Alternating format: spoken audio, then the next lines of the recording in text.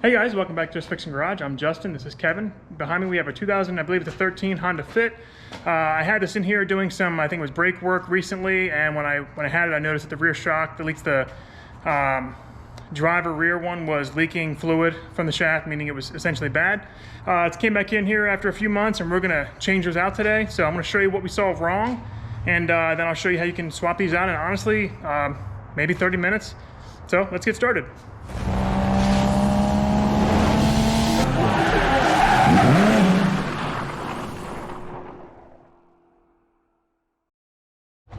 Alright guys, so the reason I noticed this shock was bad is I can actually see fluid leaking out of that, and it's wet. So essentially when these go bad, the cylinder in here has like hydraulic fluid and it's supposed to cushion the hit, but over time the seals go bad and the fluid can just leak out when it squishes. I would bet this has no resistance anymore. We'll see when we get it off, but you can actually see the grease caked in. This is really common. You'll see them go bad, they'll drip, and then dust from the road will stick to it. So when we look at the other side, you'll actually see there's nothing on it. It's perfectly clean. I'll get a better view of these once they're out, but let's move on to the first step of doing this.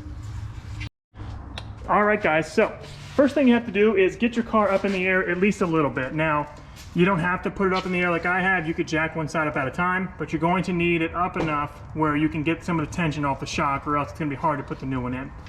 All right, so once that is up in the air, you're gonna come back here. You're gonna need access to the top. So you're gonna be popping these pieces off. There's like a little pry spot. You're gonna see Kevin's just popping that off, because that is the top of our shock. So we'll have to take that off. And it's gonna be the same thing on the other side. So you're gonna wanna pop that off. Pretty easy, just plastic. May have never been off before. Struggling with that one? Just don't want to break the clips. I know, it's always a scary feeling. There we go. Yeah. All right, so both of those are off. I'm gonna go find out what size these are, but this is the top one that's gonna have to come out. We'll likely have to put an Allen key on the inside of it to hold it as we loosen it. And then from the bottom, you're gonna have this bolt here. So I'll check the size. I believe it's like either a 13 or a 15, I'll confirm. Probably need a ratchet on one side in case this isn't welded on, and we'll get these loosened. So let me get the sizes and we'll follow up. All right guys, so some of you guys won't have an impact at home, so you won't be able to try the other method I'm gonna do. So on our factory ones, it is a 5mm hex key that will fit inside of the like stud of the cylinder, and then we've got a 14mm ratchet wrench.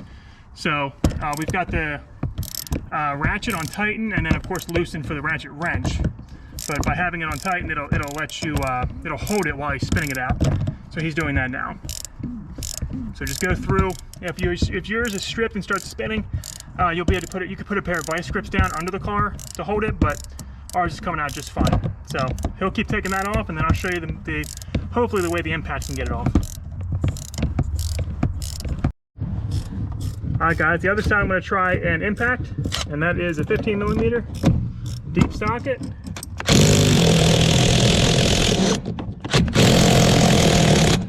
All right, it's almost off.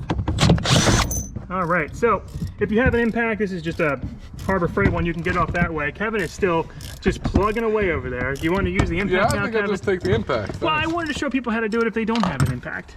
Because if you try to do it by hand, it just spins. Good. All right, they're probably going to drop right down when we do that. Oh, there that piece went. I'll have to go in and get that. Lost mine too. It may have fallen right out of the car. I'll have to look, because I heard something splat. Anyway, you have to take off this rubber, I believe, as well. So get all that out, and then let's get the bottom bolts out. We'll check the sizes. Again, 15mm. You can use an impact, and if you have to use the Allen key, it's a 5mm. It's put inside of it. All right, guys, so it seems like 15mm is going to be our popular size. We're going to try our impact again, but you could do this by hand just as well. All right, yep, there we go, zipped it right out. So this should allow us to pull it out. There we go. All right, so let me get in the light. You guys can see all the caked on stuff on this. This one's definitely shot, and the other one, as you can see, is not, but it's best to replace these in pairs. That one's an original Honda. This one, I can't tell yet. It looks like it's the original Honda as well. So for whatever reason, the driver's side failed before the passenger.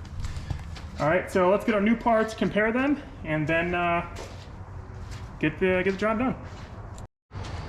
All right, guys, we compared the new to the old. If you look, there's a rubber bushing built onto those, as well as the washer. The new ones come with all the hardware, so you're going to want to match that up, or you're going to put a washer on, then the rubber bushing. It'll slide, then the sleeve, and then the once it comes through, you'll do rubber bushing, washer, and a nut. So we'll get that swapped over. The part we bought is KYB 348016. So we're going to toss these in and get it good to go. All right, guys, so when you're gonna do this, let me get all these ones ready.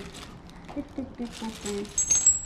So hardware, washer, sleeve, and then, let's see, they've got it protruding that way, so then we'll do that part. I mean, that's how they have theirs. I don't know why it would be done that way, though. I mean, I guess it doesn't matter, it's gonna smush either way, but we'll get that on next. It'll slide over the sleeve.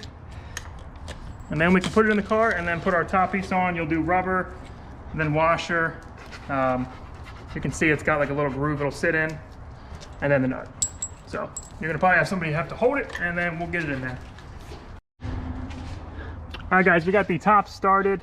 I actually had to flip my washer. If you saw me in the video, I had it wrong. This groove one is supposed to go on top. The flat solid washer is the bottom one. We've got that all good now, and we just have to tighten it. In order to get the bottom to line back up, we lowered the car down until this was flush, and we've got these bolts started. We're gonna go through and tighten them up. Remember, these were 15 millimeter. We got the same for the other side, 15 millimeter. So we're gonna tighten those up, and then we'll come up here and we'll snug these up. We're probably gonna have to put an Allen key inside of there again.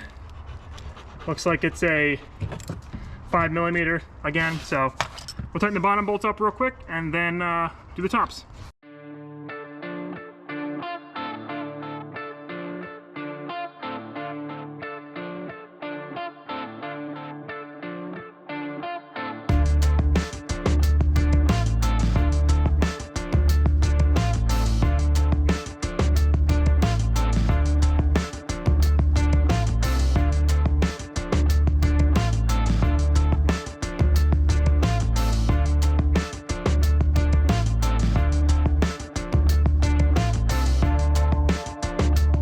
All right, guys, we've got all of our stuff tight again. You generally want to tighten this until you start to see the bushing just squeeze a little bit.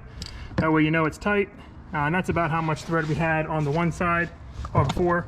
So everything's looking good here. You don't have to go over tight because it's just rubber. It's going to keep compressing. We've got our bottom tight, so we'll call this job good. We've only been into it for about 25 minutes or so. And just pop your caps back on. We're going to try to get our stuff that fell through there, but either way, hope this was helpful, and have a good one. See ya.